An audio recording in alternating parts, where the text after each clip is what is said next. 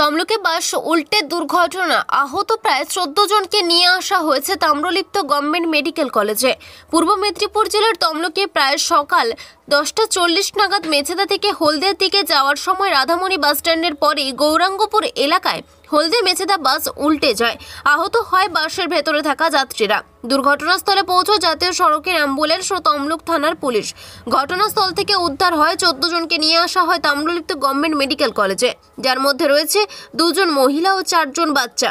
দুর্ঘটনায় চিকিৎসা করেন গভর্নমেন্ট মেডিকেল কলেজের জরুরি বিভাগের চিকিৎসকরা। যাচ্ছে দিয়ে পাল্টি খেয়েছে।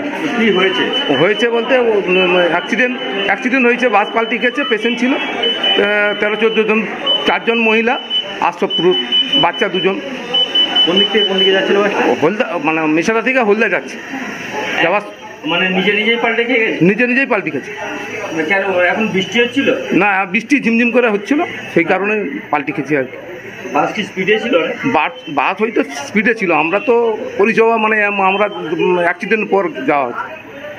আপনারা সঙ্গে সঙ্গে কোথায়? হ্যাঁ, আমরা সঙ্গে সঙ্গে তমলুক হসপিটালে এসেছি। কতজনকে নিয়ে এসছেন?